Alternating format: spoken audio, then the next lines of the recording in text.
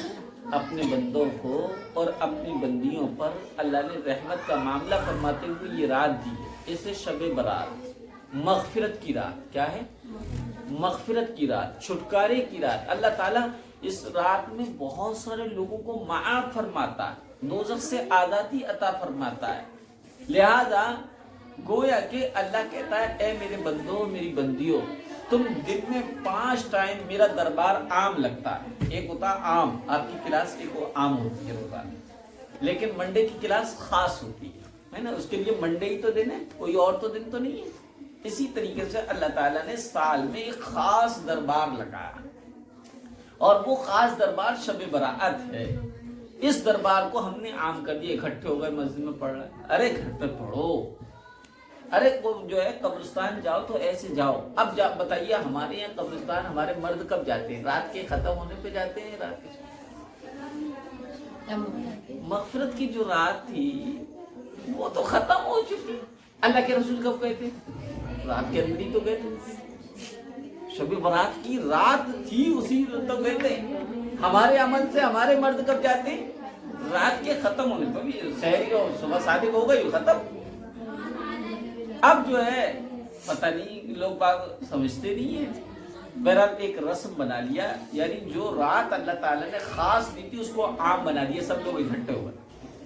تو یہ رات جو ہے مغفرت کی رات ہے، اللہ تعالیٰ معاف کرنا چاہتا ہے.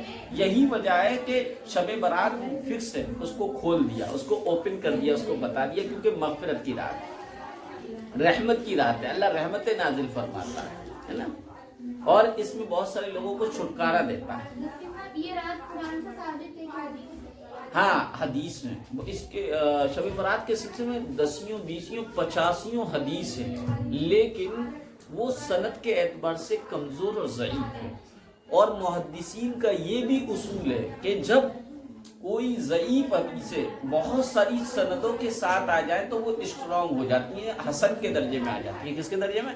حسن کے درجے میں. لہذا حدیث تو بہت ساری ہیں شب برات کے بارے میں. ٹھیک ہے، ابن ماجہ جس کا شمار سیاہ ستہ کی کتابوں میں ہوتا اس میں بھی یہ حدیث ہے. تو لہذا شب برات کا جو انکار کرتے وہ غلط ہے، شب برات کا ثبوت ہے. اسی طریقے سے سورہ دخان ہے، الف فیہا یفرق کل امر حکیم، اس کی تفسیر میں بتایا کہ یہی وہ رات ہے جس میں اللہ تعالی فیصلے کرتا ہے، کس کو مرنا ہے، کس کے رزق کو بڑھنا ہے. اگرچہ کمزور روایت ہے لیکن اس روایت سے ثابت ہے. تو یہ مغفرت کی رات تھی تو اللہ تعالیٰ نے رحمت کی رات تھی، اور رحمت جو ہے عام ہوتی ہے، اس لیے اس کو تو فکس کر دیا کہ رحمت ملے گی. کوئی چیز مل رہی ہوتی ہے تو اس کو جو ہے عام کیا جاتا ہے. لیکن مغفرت کی رات جو تھی وہ شب قدر کی راتیں تھی، ان کو پوشیدہ رکھا. ان سے کہا ڈھونڈو. کیا کرو؟ ڈھونڈو. کیا کہا؟ ڈھونڈو. کیوں؟ کیونکہ اگر یہ ڈھونڈیں گے تو عبادت کریں گے. اگر مغفرت کی رات ہوئی ان کو فکس کر کے بتا دی تھی تو یہ زندگی کی ایک رات جاگتے اور ساری زندگی جو ہے مٹر گشتیاں کرتے، بھروسہ کر کے بیٹھ جاتے اسی رات پہ. اس لیے اس کو پوشیدہ رکھا، اس کو ظاہر کر دیا.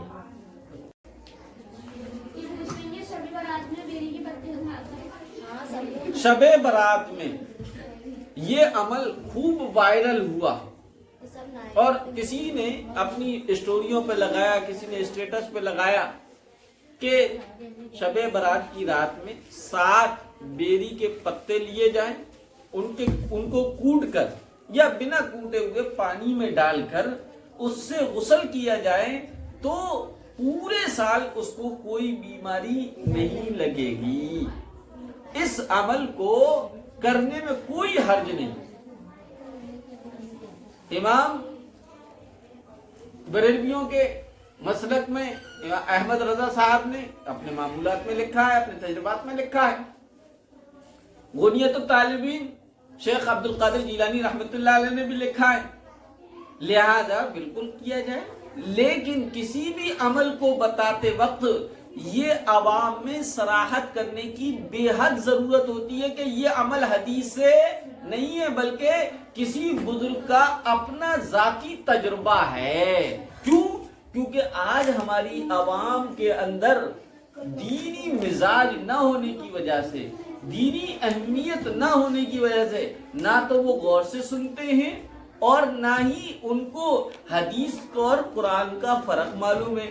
وہ ہر اردو اور دینی کی کتابوں کو حدیث کی کتاب کہہ دیتے ہیں، وہ ہر عالم کی زبان سے نکلی ہوئی بات کو حدیث کی بات کہہ دیتے ہیں، جس کی وجہ سے وہ دوسروں کو نقل کرتے ہیں اور دین کے اندر بگاڑ کا ذریعہ بنتا ہے۔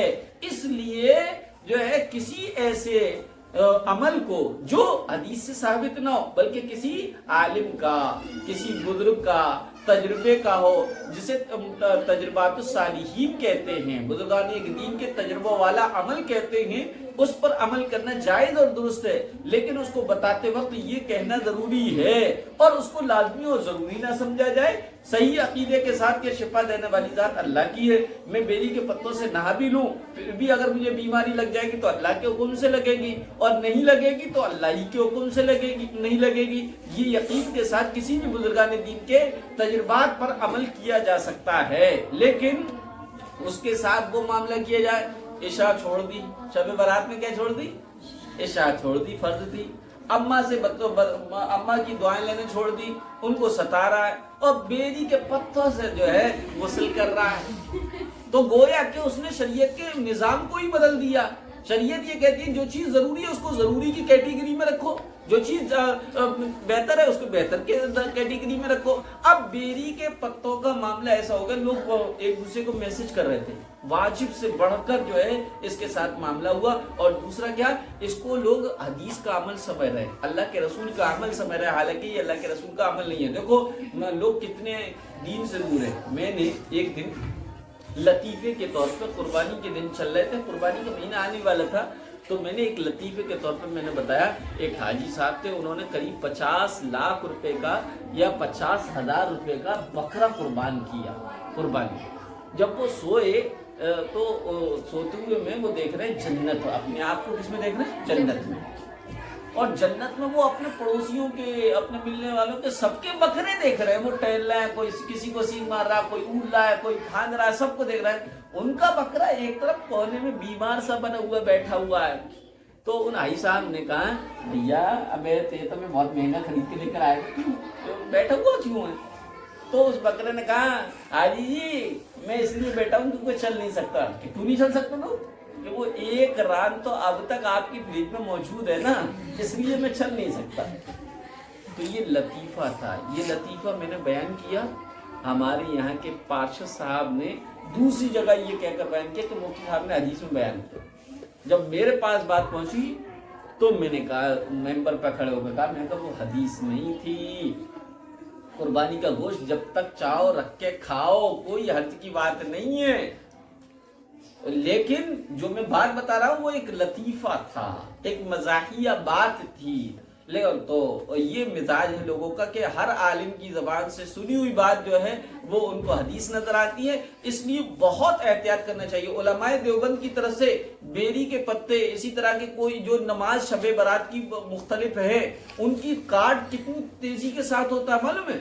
اتنی تیزی کے ساتھ ہوتا ہے، جو چیزیں یہ وائرل کی جاتی ہیں اتنی ہی تیزی کے ساتھ علماء دیوبند اس کا کاٹ کرتے ہیں۔ کیوں کرتے ہیں؟ کیونکہ یہ دین کے محافظ ہیں، ان کو دین کی حفاظت کرنی پڑتی ہے۔